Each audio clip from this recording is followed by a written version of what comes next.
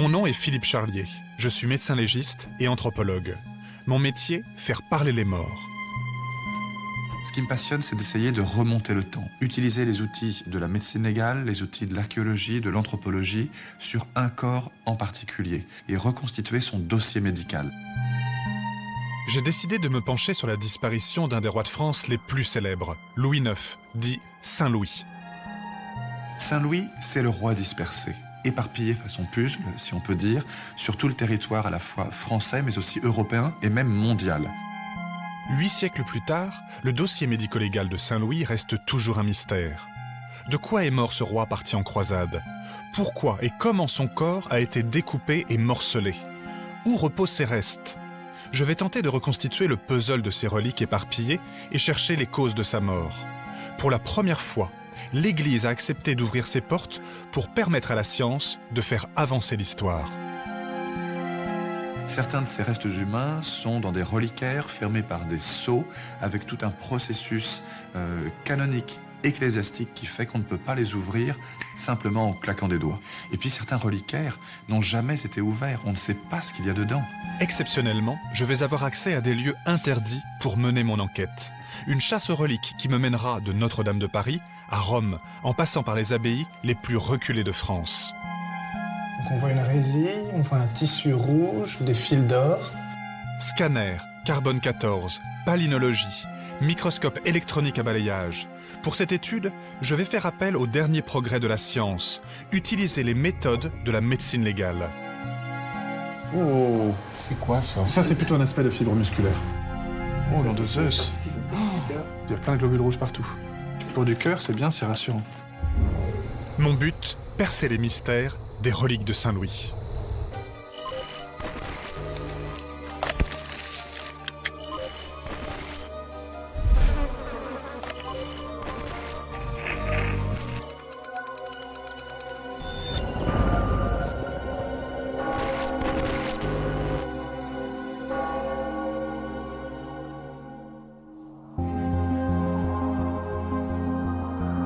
Saint-Louis, un roi pas comme les autres, monté sur le trône à 12 ans.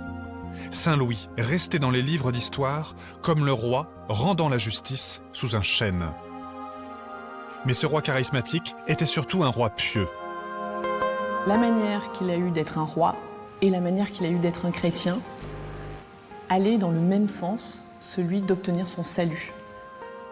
Et la particularité de ce roi est bien entendu le fait qu'il soit le seul, et il est resté le seul, à avoir été canonisé. Le 25 août 1270, lors de la 8e croisade, Saint-Louis décède devant Tunis. Les récits disent qu'il serait mort de la peste ou de dysenterie. Le problème, c'est qu'il faut ramener le cadavre de Tunis jusqu'à Saint-Denis, puisque à l'heure de sa mort, il a vraiment à nouveau réitéré cette demande, être inhumé à l'abbaye de Saint-Denis. Sa dépouille va alors subir un traitement très spécial. Le corps a été éviscéré comme c'était la tradition à l'époque. On a fait quelque chose de tout à fait incroyable pour nous, c'est-à-dire on a fait bouillir dans du vin le corps du roi.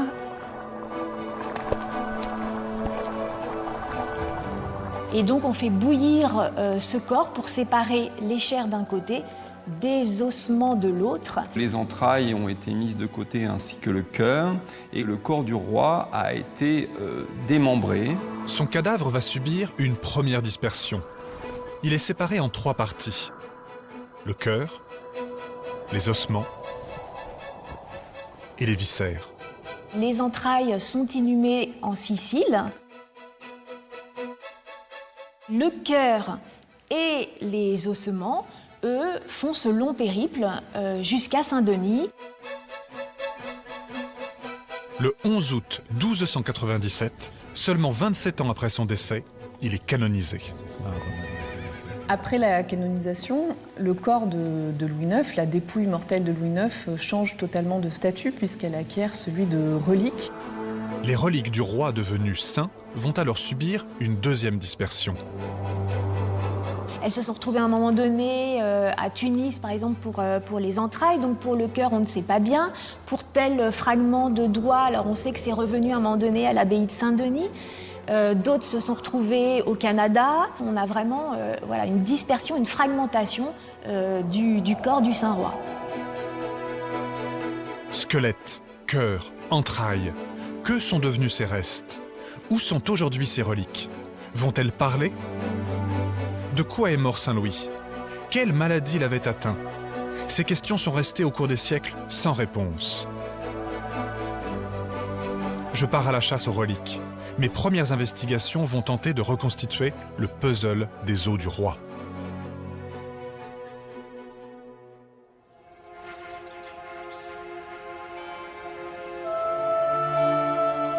L'un des ossements du roi dispersés se trouve à Prud'Homas, dans le Quercy, au sud-ouest de la France. Le château de Castelnau-Bretonneux, qui domine la vallée, abriterait depuis des siècles une relique prestigieuse. C'est au pied des remparts, dans la collégiale Saint-Louis, qu'est conservé un reliquaire d'argent, de cuivre et d'or. Il contiendrait l'os d'un bras du roi. J'arrive au petit matin pour vérifier et étudier ces restes de Saint-Louis, conservés dans une niche de l'église.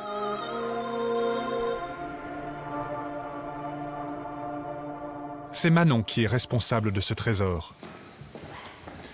Bonjour Manon. Bonjour Philippe. Alors voilà donc le bras de Saint-Louis, le reliquaire. C'est un bras droit, a priori, si l'anatomie est exacte.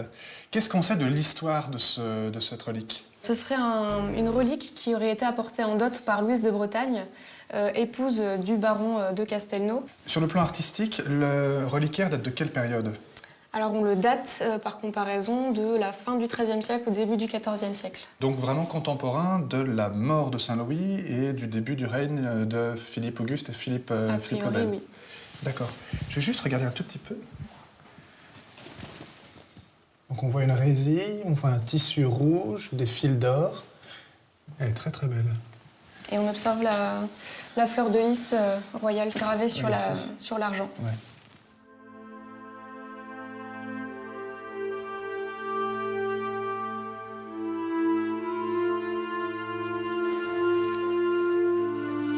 Pour éviter d'ouvrir le reliquaire royal, je vais procéder à un examen au scanner.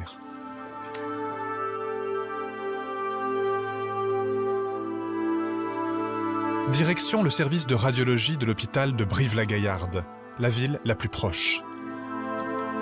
Les services du patrimoine m'accompagnent pour le transport sécurisé de la précieuse relique.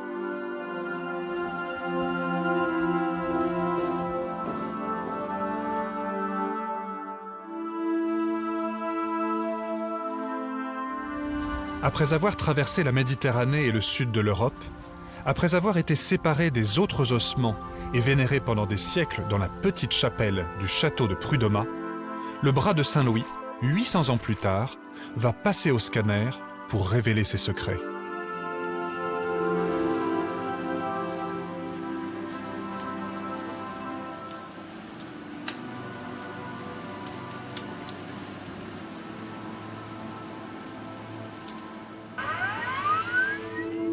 L'un des objectifs du scanner est de déterminer et d'analyser le contenu du reliquaire.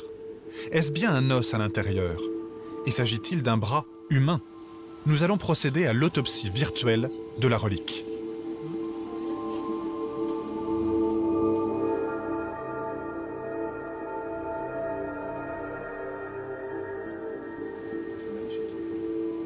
Donc on voit l'os ici. Il semblerait plutôt que ça soit un humérus, d'après ce qu'on voit. Mais là, il y a une tête. Oui. C'est complexe. Faut qu'on voit en coupe. Oui. Alors voilà l'os. On voit très bien l'os. On voit qu'il y a un textile qui le retient. Ce qui est intéressant, c'est qu'on voit la façon avec laquelle la relique a été organisée. Donc là, on voit très bien. Il y a énormément de textiles qui sont là, qui réalisent une sorte de bourre. L'image est vraiment très belle. On voit le bois qui est vraiment ancien, gâté par les xylophages, tous les insectes. Et voilà l'os qui commence à apparaître. Ce qui est vraiment important pour nous, c'est de pouvoir reconstituer quel os c'est. Très clairement, c'est pas un os de l'avant-bras. Vu la forme, ça peut être soit un numérus très robuste, soit un tibia ou fémur. Il va falloir qu'on le reconstitue en 3 dimensions, ou au moins qu'on ait une vue plus globale sur l'os. Le scanner nous a montré qu'il y avait bien des restes humains à l'intérieur, que c'était bien un os long, mais ce n'est pas un os du bras. Alors, quand on a examiné les coupes, c'était pas évident. D'abord, c'est la partie centrale de cet os qui a été conservée. Il a fallu qu'on fasse une reconstruction en 3 dimensions, qu'on ait une visibilité de toute la circonférence de cet os pour déterminer sa nature. En l'occurrence, c'est un fragment central de fémur gauche. Donc, ça traduit quand même une méconnaissance certaine de l'anatomie humaine par ceux qui ont confectionné cette relique. Ce que démontre aussi ce premier examen, c'est qu'il existe de nombreuses reliques approximatives ou fausses. Celles de Saint-Louis ne font pas exception. Les reliques étaient très demandées au Moyen-Âge. Elles étaient l'élément central de la religion et de la géopolitique médiévale. Elles faisaient en quelque sorte l'objet d'un véritable trafic. En fait, les reliques, ça signifie reste, tout simplement en latin. Et ensuite, dans la religion chrétienne, vont désigner les restes du Christ, de la Vierge et des saints. Les reliques donc, qui s'attachent surtout au tombeau des martyrs dans un premier temps guérissent les malades qui viennent assez vite en pèlerinage dans l'espoir d'être guéris.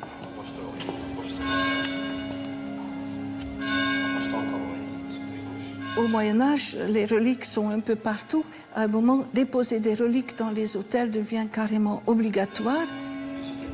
Les reliques de Louis IX, de Saint-Louis, sont distribuées alors, à l'intérieur déjà du royaume de France, mais plus largement également à des souverains étrangers ou à des abbayes étrangères. Et donc ces reliques deviennent un élément de la diplomatie des rois de France.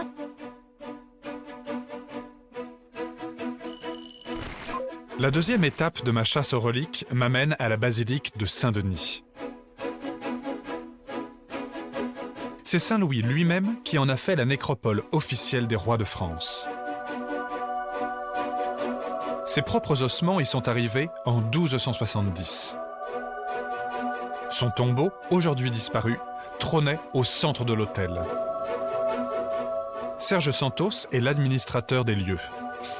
À partir du moment où, en 1297, Saint-Louis est canonisé, il y avait des centaines, des dizaines de personnes qui passaient la nuit autour du tombeau de Saint-Louis pour récupérer une petite poussière. Et effectivement, ensuite, lorsqu'on a ouvert le tombeau, on a récupéré des reliques et la tradition qui était celle pour tous les saints d'ailleurs, c'était de donner des reliques à différents endroits. Donc plusieurs reliques ont été données dans de nombreuses églises françaises, voire européennes.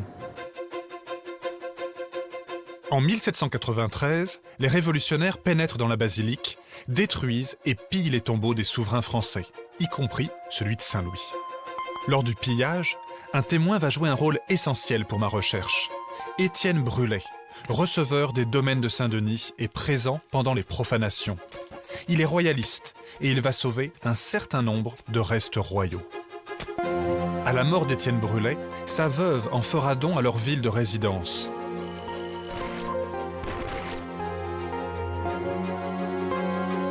À Pontoise, dans un ancien hôtel particulier, le trésor repose donc secrètement depuis le XIXe siècle. Il dort dans les réserves du musée Tavet de la Cour.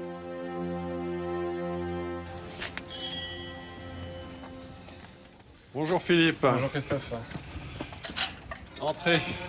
Merci. Christophe Duvivier est le gardien des restes des tombeaux de Saint-Denis, sauvés à la Révolution. Il y aurait parmi ces ossements des éléments attribués à Saint-Louis que je vais pouvoir étudier. Ces reliques sont conservées ici, telles qu'elles sont arrivées au XIXe siècle. Dans 2 simples cartons gris, sous la forme de petits fragments de rois et de reines, repose une partie de l'histoire de France. Alors on a Louis XII, le cercueil, on a un fragment de la mâchoire de Dagobert et un morceau du crâne de Louis XI. Voilà, les cheveux de Philippe Auguste. Voilà. Et une dent de Louis Dauphin, qui est super sympa à toucher quand même à main nue, parce qu'il est quand même mort de la variole. C'est toujours aussi impressionnant. C'est vraiment que pour vous qu'on sort les reliques.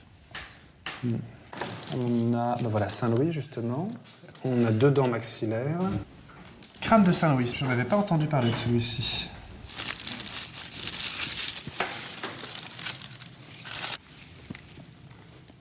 Il y a des traces de corrosion ferreuse. Hein. Il y a une trace de rouille qui est bien visible.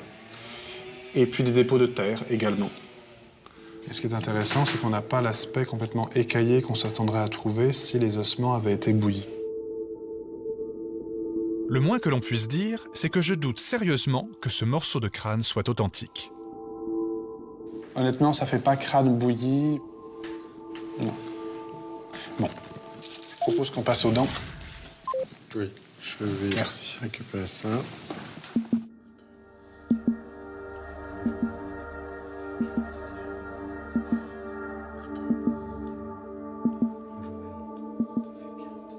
Donc, ce sont bien 2 dents maxillaires. 2 dents d'en haut.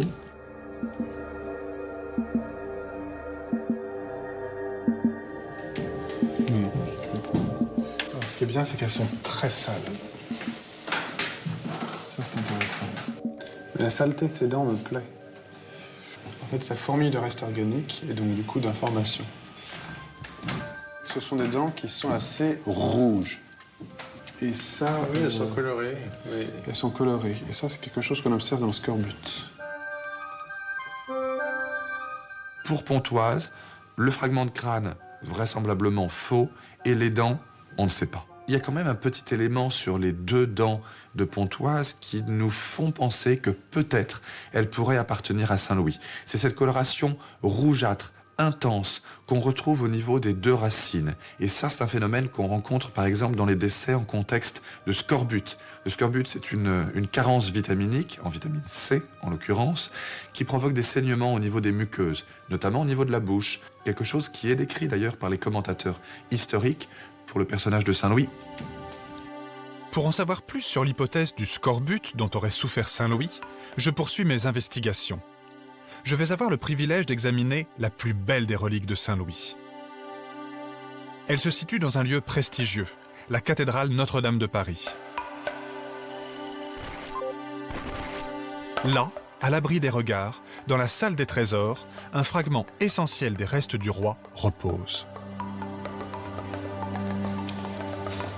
Jean-Pierre Cartier est historien et il travaille à la cathédrale.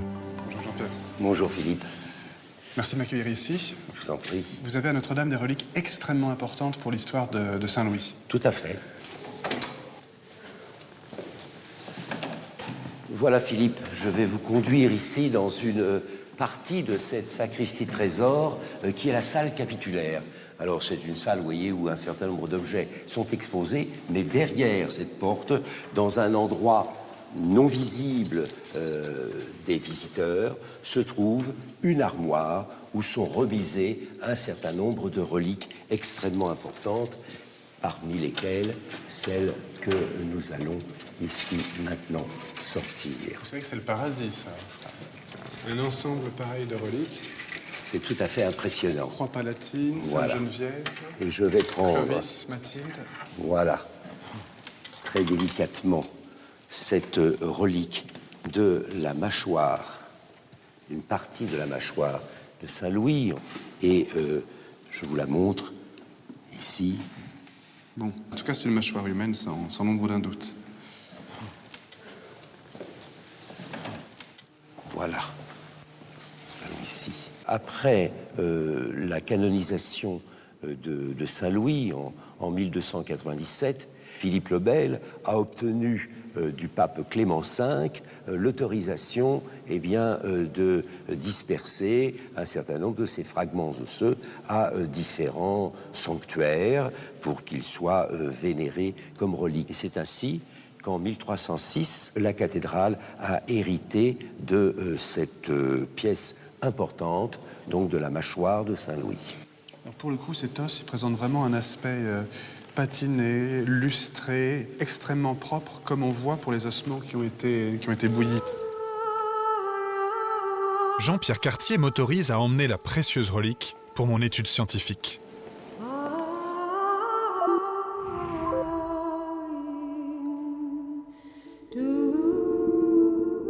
j'ai une nouvelle fois le privilège de pouvoir procéder au scanner d'un ossement royal vieux de plus de 7 siècles. L'imagerie médicale va me permettre de reconstituer en 3 dimensions le maxillaire inférieur conservé à Notre-Dame. Pour m'assurer de l'authenticité de cette mâchoire, je vais faire appel à l'histoire de l'art. Une statue du roi, située à Menneville, près de Gisors, est réputée être une copie fidèle du visage du roi. Pour en être sûr, je rencontre Pierre-Yves Le Pogam. Il est conservateur au musée du Louvre et spécialiste des sculptures médiévales. On est vraiment au début du XIVe siècle. C'est un moment où le réalisme en sculpture et en général en art, en France, est encore assez balbutiement. D'un autre côté, vous me direz, c'est justement dans les œuvres exceptionnelles, les plus importantes, celles qui sont commandées par les élites, que ce genre de nouveauté peut apparaître précisément. Donc il n'est pas impossible qu'il y ait des éléments de réalisme à l'intérieur. Saint-Louis ou pas Saint-Louis, c'est une grande discussion depuis longtemps. Mais moi, raisonnablement, je pense qu'il s'agit bien de Saint-Louis. Convaincu que la statue représente bien Saint-Louis, je vais pouvoir me servir d'une technique utilisée par la police scientifique. Une superposition crânio-faciale. Je vais faire positionner dans le volume de la sculpture ma reconstruction en 3D de la mâchoire. Et quand on a superposé en 3 dimensions la totalité des points topographiques de cette mandibule sur le visage de la statue de Menneville, eh bien on avait une correspondance anatomique parfaite. Prochaine étape, vérifier au carbone 14 si l'âge de cette mâchoire correspond à la date de la mort de Saint-Louis, 1270. Pour la datation carbone 14 de la mandibule de Saint-Louis, on a une datation extrêmement précise. La date centrale est exactement 1270, ce qui nous permet vraiment d'avoir une quasi-certitude sur la datation, l'ancienneté de ces restes. Ceci ajouté à la traçabilité, à la morphologie, nous permet d'être sûr et certain que cette mandibule est bien celle du roi. Tout authentifie cette mâchoire. Espérons maintenant que cette relique nous en dise un peu plus sur l'état de santé de Saint-Louis.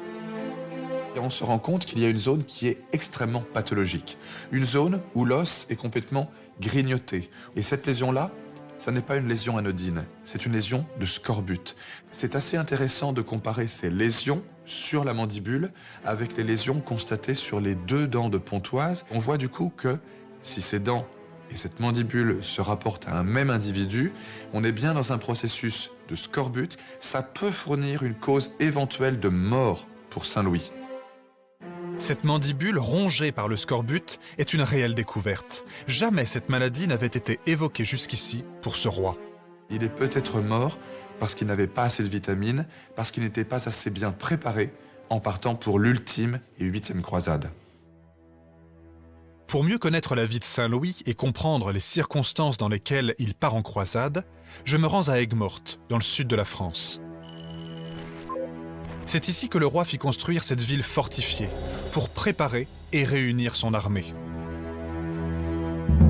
Saint-Louis mènera 2 croisades. La première, la 7e historiquement, le conduit en Égypte, à la tête de 25 000 hommes d'armes, dont 2500 chevaliers. C'est une catastrophe. Lors de la première croisade de Louis IX, la croisade de 1247, le roi est fait prisonnier et son absence du royaume de France dure tout de même 6 ans. C'est le seul roi qui va être captif dans toute l'histoire des croisades et c'est le seul roi occidental captif des musulmans. Alors là, on ne peut pas faire pire ou mieux. Dans le chemin, le long chemin qui conduit à la sainteté, on ne peut pas faire mieux. La fête de la Saint-Louis, donc il y avait des joutes. Patrick Florentin est historien à Aigues-Mortes. Il est spécialiste des croisades de Saint-Louis. C'est quand il part à la 8e croisade, il part à nouveau d'ici? Oui, il persiste les signes. Enfin, son retour est un retour catastrophique. Il ne faut pas oublier qu'il a perdu la guerre, il a perdu beaucoup d'argent, il revient, son territoire, enfin son royaume est en difficulté. Il est malade, Et il va aussi, il attribue son échec à la volonté divine. Cette fois-ci réinvesti du pouvoir et de l'autorité de Dieu, il reprend sa cape de pèlerin pour repartir en croisade. Louis IX repart le 1er juillet 1270 d'Aigues-Mortes. Il embarque avec 10 000 hommes pour Tunis. La dernière croisade est également catastrophique puisque à peine les troupes débarquaient à Tunis, le roi tombe malade.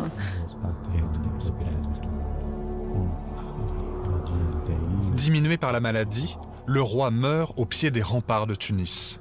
Nous sommes le 25 août 1270.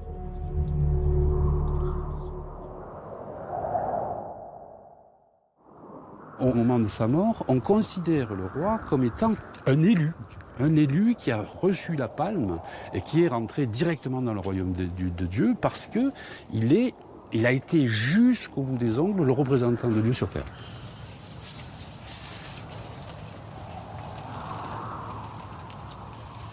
Il est un chevalier défait, mais il meurt au combat dans des situations. Il meurt au combat. Pratiquement. Il est en guerre. Il n'est pas. Ouais, mais c'est la poisse. Il meurt même pas en combat. Il meurt sur un lit de cendres, dans une tente, avant même d'avoir débuté les combats, parce que son armée n'est même pas encore réunie. Enfin, c'est un peu Joe la poisse, quand même. Ben oui, mais c'est ce qui montre son caractère surhumain. Parce qu'en avoir autant de poisse, c'est pas possible. Il faut bien qu'il y ait une intervention divine. Je me lance maintenant sur les traces d'une des reliques les plus importantes de la dépouille royale.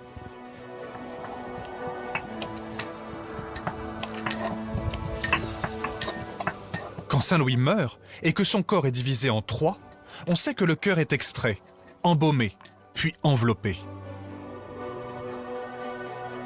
Mais on perd sa trace, et aujourd'hui encore, on ne sait pas ce qu'il est devenu. C'est une véritable énigme. Ce que j'aimerais, c'est retrouver enfin cette pièce maîtresse du corps de Saint-Louis. Le cœur de Louis IX, ça reste un grand mystère, ça reste un questionnement qui interpelle les chercheurs, qui interpelle encore aujourd'hui les historiens. La destinée du cœur de Saint-Louis est un objet de débat relativement virulent. Mon enquête me conduit à la Sainte-Chapelle de Paris. C'est ici que depuis des décennies, un cœur enterré divise historiens et scientifiques. La Sainte-Chapelle, une merveille d'architecture gothique voulue et construite par Saint-Louis. Saint-Louis a fait construire la Sainte-Chapelle pour recevoir les reliques de la Passion du Christ. Et il y avait donc la couronne d'épines, surtout un morceau de la croix du Christ. Il y avait un reliquaire monumental qui enfermait donc les reliques du Christ.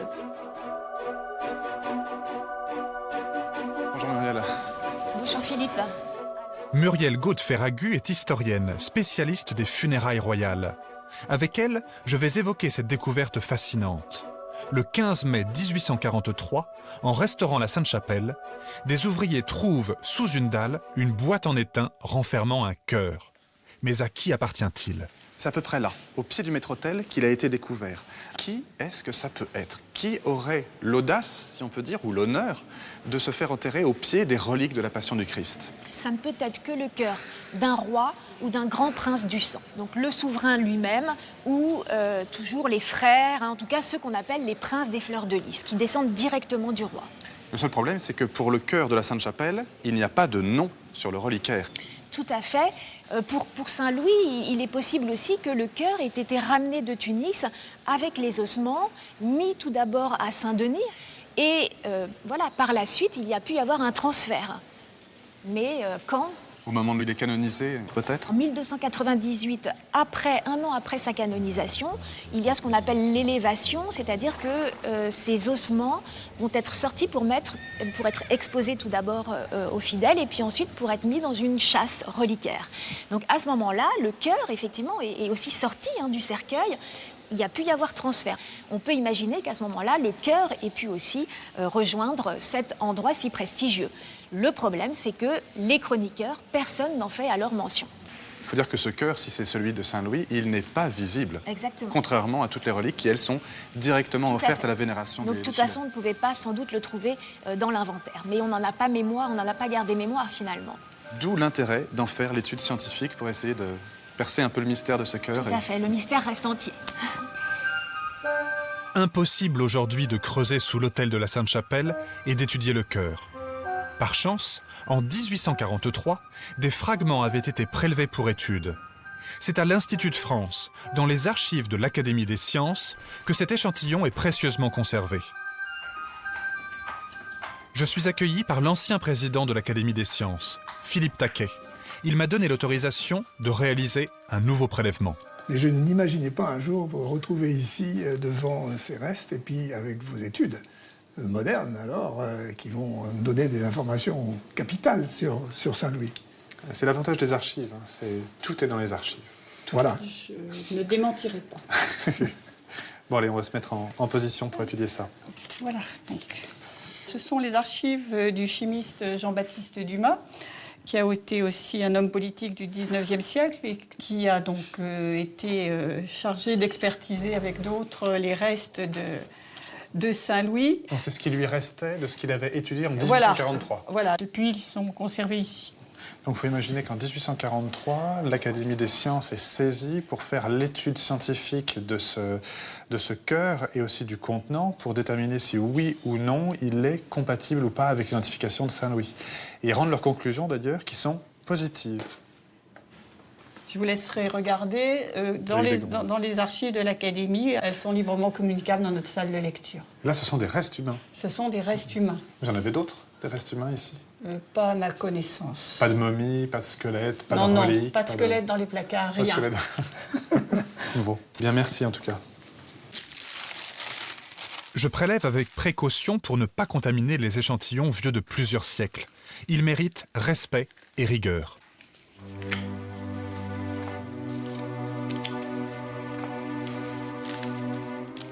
Jean-Baptiste Dumas, après ses analyses, les avait rangés et classés dans de petites enveloppes. Partie supposée de cœur. Ces enveloppes me dévoilent alors les restes du cœur trouvés sous l'autel de la Sainte-Chapelle.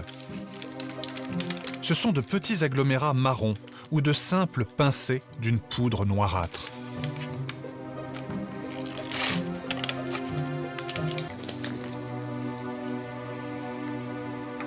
Je découvre aussi un morceau de textile ancien. À l'origine, il devait envelopper le cœur.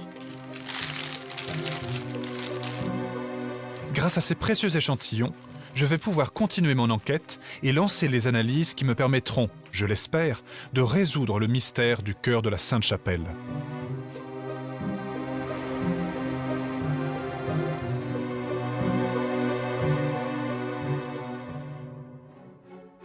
Christophe Moulera est spécialiste des textiles anciens au musée du Quai Branly. Je lui ai confié un fragment du tissu prélevé à l'Académie des sciences.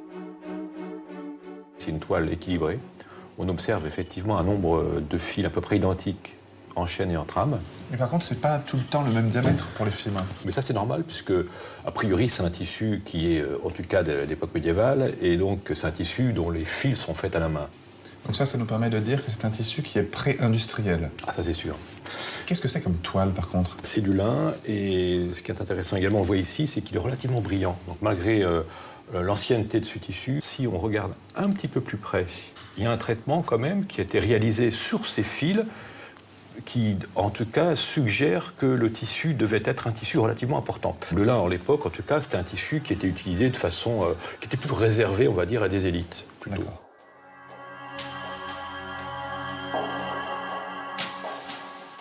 Qu'est-ce que l'examen au microscope des fibres nous apporte comme information? Là, ce qu'on observe rien que sur cette image, c'est effectivement la finesse de ces fibres, ce qui veut dire qu'effectivement, ils ont été sélectionnés à partir de tiges de lin d'une certaine qualité, et d'autre part, les opérations de taillage, donc de préparation de la fibre avant d'être filée, montrent effectivement que les tailleurs et les spécialistes de l'époque ont vraiment traité, éliminé le maximum d'éléments de façon à obtenir un matériau extrêmement fin et soyeux. On a affaire à un tissu de qualité, de très grande qualité, dans lequel toutes les opérations ont été faites avec une grande finesse. Deuxième étape sur le cœur. Nous procédons à une étude au microscope électronique à balayage sur notre échantillon. Oh, nom de Zeus! Bah oui, là, il y a plein d'émassis, il y a plein de globules rouges partout. Nous avons donc des paquets d'émassis. Pour du cœur, c'est bien, c'est rassurant. La concentration, la morphologie et la taille de ces globules rouges est un bon argument en faveur d'un échantillon de cœur humain. Pour tenter de faire parler ce cœur de la Sainte-Chapelle, nous faisons aussi appel à une science apparue dans les années 1940, la palynologie. Cette discipline s'intéresse au pollen. Le but, nous permettre d'identifier quelles plantes ont été utilisées pour l'embaumement de ce cœur. Speranta, qu'est-ce que l'étude palynologique a donné comme information pour le cœur? Donc les pollens sont très mal préservés dans le cœur. On a trouvé un peu plus d'une vingtaine d'espèces différentes. Speranta Maria Popescu est palynologue et spécialisée dans les pollens anciens. On a trouvé des pollens qui peuvent être des pollens contaminés, comme c'est le pin, comme c'est le chêne, le chêne, des ranunculacées, des graminées. Malgré la conservation, on a pu identifier donc, 2 plantes utilisées généralement dans les techniques d'embaumement du Moyen-Âge, notamment la menthe et le myrte. D'accord.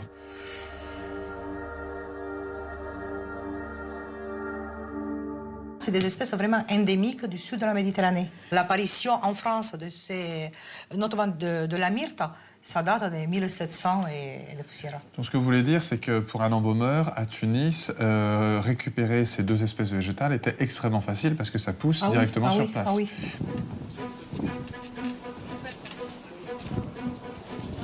Le myrte et la menthe ont pour fonction, comme d'autres végétaux utilisés dans l'embaumement, de donner une odeur agréable aux fragments de cadavres. Une analyse élémentaire sur les échantillons du cœur nous apprend que des produits comme de la chaux et du cuivre ont aussi été utilisés pour l'embaumement. Ces minéraux permettaient d'assécher et de conserver les chairs. Enfin, l'étude au carbone 14 a donné des résultats assez intéressants. La datation au carbone 14 du cœur nous fournit une date un tout petit peu postérieure à celle de Saint-Louis, mais d'après les spécialistes du carbone 14, cette petite différence par rapport à la date de mort 1270 peut totalement s'expliquer par l'usage d'aromates, de baumes et de produits organiques qui rajeunissent un tout petit peu cet échantillon. Si on récapitule les découvertes de notre enquête, nous avons un cœur déposé à un endroit prestigieux, entouré d'un tissu très coûteux, embaumé selon les pratiques médiévales et dont la datation est compatible avec la mort de Saint-Louis. Un faisceau d'indices assez concluant. On a considérablement avancé sur le cas Saint-Louis et maintenant on peut dire que le cœur de la Sainte-Chapelle est vraiment celui de Saint-Louis. Si on sait maintenant où se trouve le cœur de Saint-Louis et certains des ossements du roi, il me reste une ultime question. De quelle maladie le roi était atteint et laquelle a provoqué sa mort? C'est dans les viscères que je risque de trouver le plus d'informations sur les bactéries, les virus ou les parasites qui pourraient avoir infecté le corps de Saint-Louis. Il y aurait à Rome une relique qui contiendrait des fragments d'entrailles.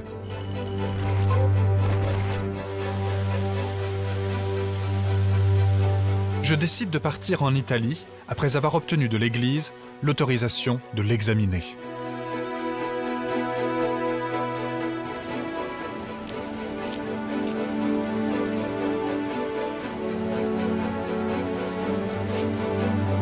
Cette relique se situe dans l'église Saint-Louis des Français.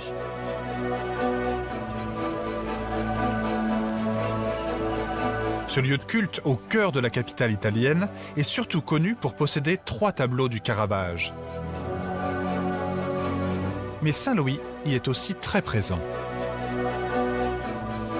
La relique trône au centre du cœur de l'église. Monseigneur Bousquet est le recteur des lieux. Bonjour Monseigneur. Bonjour. Merci de m'accueillir. Et bienvenue. Ce sont donc les reliques de Saint-Louis? Oui, tout à fait. Qu'on a remis en valeur en les sortant des reliquaires de la sacristie et en plaçant dans un reliquaire plus vaste. J'ai été très ému quand on les a installés. Alors liturgiquement, j'étais en chape, en aube, et de porter ce reliquaire avec le corps de Saint-Louis, tout d'un coup, ça m'a fait une impression extraordinaire. Mais 7 siècles après, et il est proche, il est là.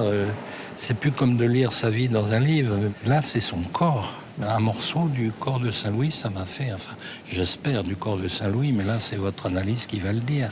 Justement, on va regarder ce que l'étude scientifique permet de déterminer sur ce fragment de corps. C'est ça.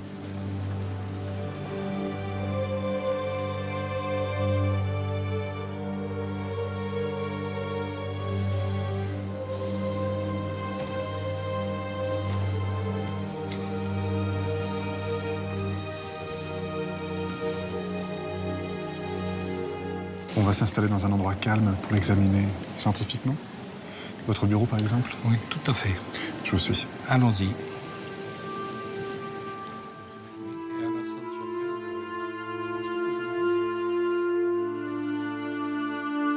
Vous avez tout un tas de documents ici. Je lis reliques de Saint-Louis, tableau des reliques de l'église royale Saint-Louis des Français. Ici, une authentique.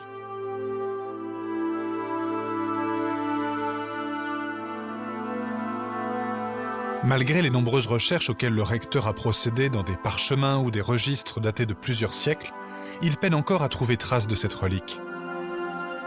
Il n'y a rien qui concerne ce que nous avons. Donc la traçabilité de ce reliquaire, malgré tous les efforts déployés, on ne peut pas l'avoir. Non, non. C'est pour ça que j'attends beaucoup de la recherche d'aujourd'hui. On va voir si ça fait avancer la connaissance de ces reliques.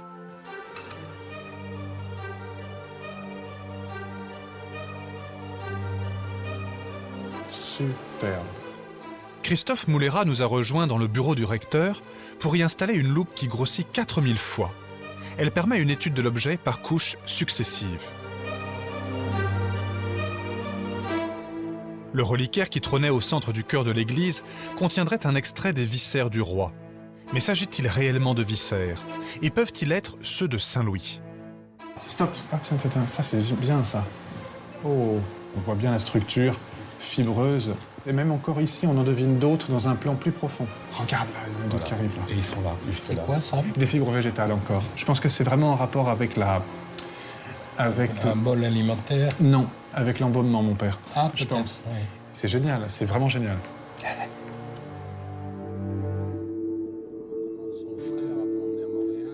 Ce premier indice d'embaumement est confirmé ensuite par des preuves d'échauffement de l'échantillon.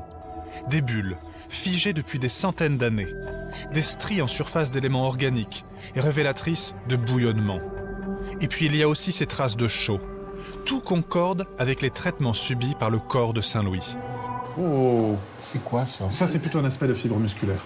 Vous voyez, enchevêtrées les unes dans les autres. C'est exactement ce qu'on observe sur des momies égyptiennes avec des fragments de muscles au niveau des extrémités cassées des momies. C'est exactement le même aspect. Moi qui pensais qu'il y avait juste les astrophysiciens qui faisaient de la poésie, ben non. Oui, les anthropologues aussi.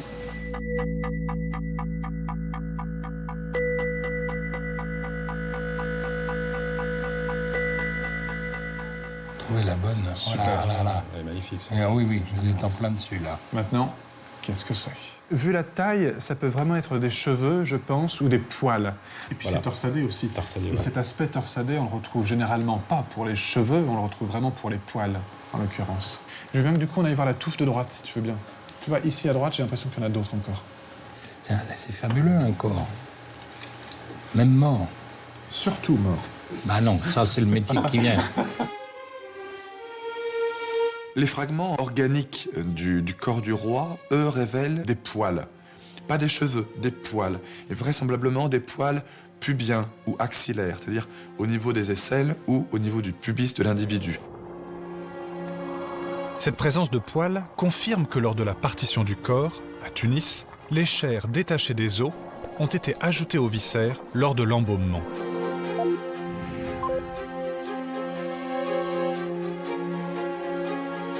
Ce qui est intéressant, c'est que là, on comprend vraiment, dans tous ces procès verbaux de transfert de reliques, que quand on dit les chairs et les viscères de Saint-Louis ont été déposés à tel ou tel endroit, eh ben les chairs, oui, c'est la peau.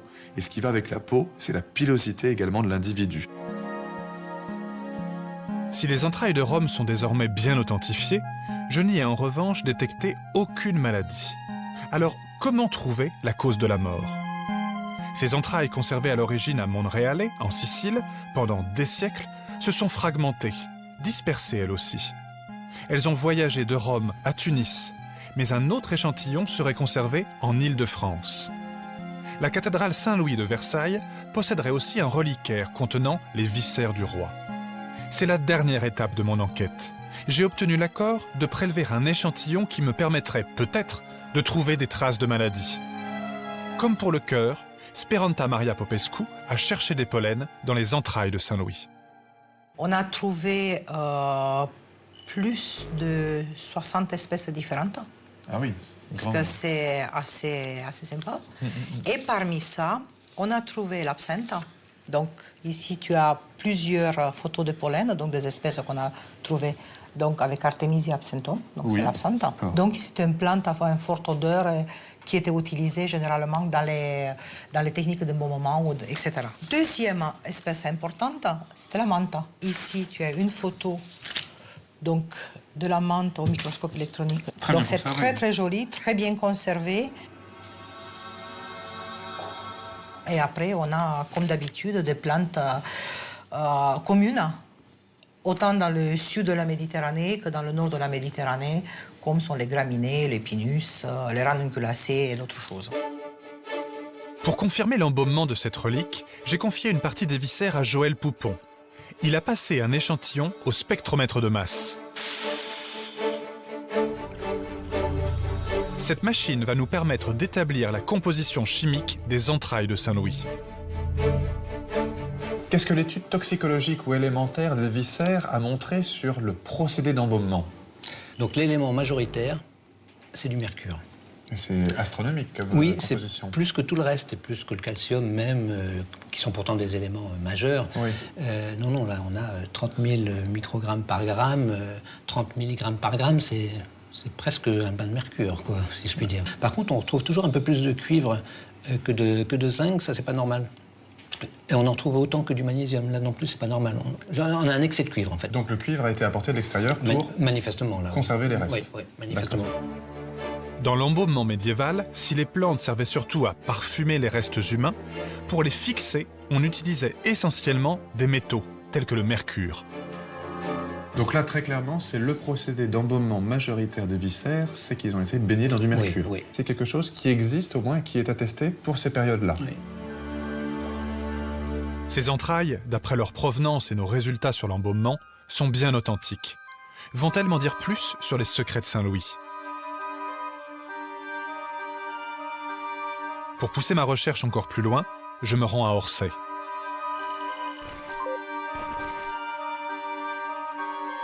Je vais procéder avec Raphaël Weil à une analyse au microscope électronique à balayage.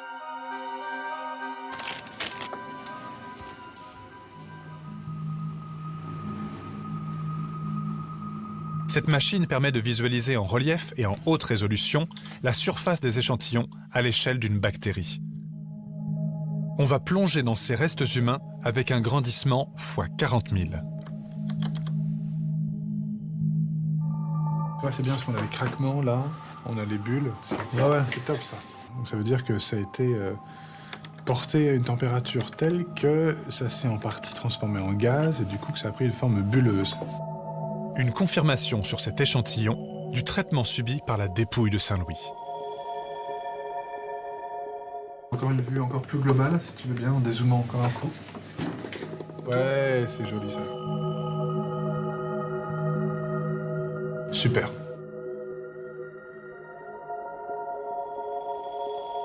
Vas-y, zoom. Ça, c'est pas mal du tout, ça. Ça, c'est quoi? A priori, c'est biologique. On dirait un parasite. Est-ce que tu peux le mesurer ou pas? Oui. Alors, l'échantillon étant cassé, en le reconstituant, ça ferait un peu plus d'une quarantaine de microns. Alors ça c'est vraiment bien, parce que ça correspond à un parasite qui est bien connu, c'est le schistosomia. Donc ça, c'est un parasite urinaire, tu vois, c'est présent au niveau des reins, au niveau des urtères, au niveau de la vessie, ça donne des saignements répétés. La vessie se calcifie au fur et à mesure, et ça donne ce qu'on appelle une vessie porcelaine. C'est pas courant. Ouais, ça c'est joli, ça c'est un chouette truc. l'étude au microscope électronique à balayage nous a fourni des indications sur l'état de santé de l'individu. Notamment, ont été mis en évidence de nombreux parasites qu'on appelle Schistosoма hématobium. C'est le parasite qui est responsable d'une maladie qu'on appelle la bilharziose urinaire. C'est vraiment une notion nouvelle. On ne savait pas que le roi de France, Saint-Louis, était porteur de cette maladie. À l'époque et encore aujourd'hui, cette maladie est endémique en Afrique et au Moyen-Orient. Lors de la 7e croisade, quand il est resté pendant 6 ans hors du royaume de France, notamment en détention à Damiette, à Jaffa, eh bien, c'est là qu'il a acquis ce parasite en marchant pieds nus dans une eau qui était contaminée par le parasite.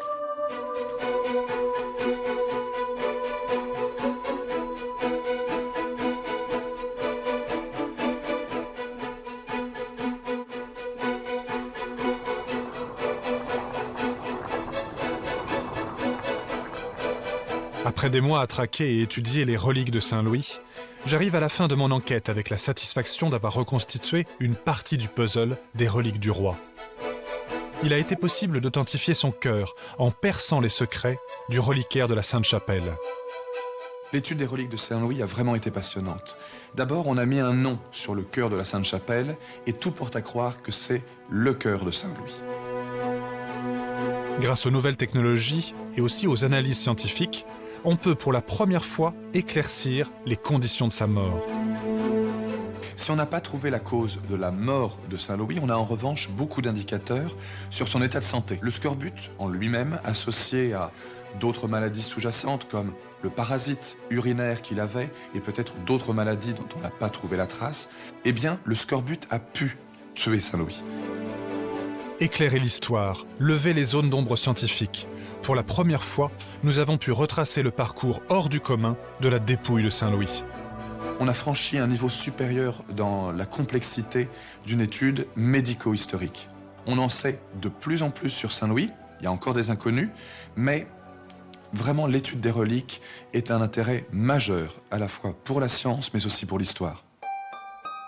Et si son corps dispersé ne retrouvera jamais son intégrité, le patient Saint-Louis a révélé une partie de ses secrets.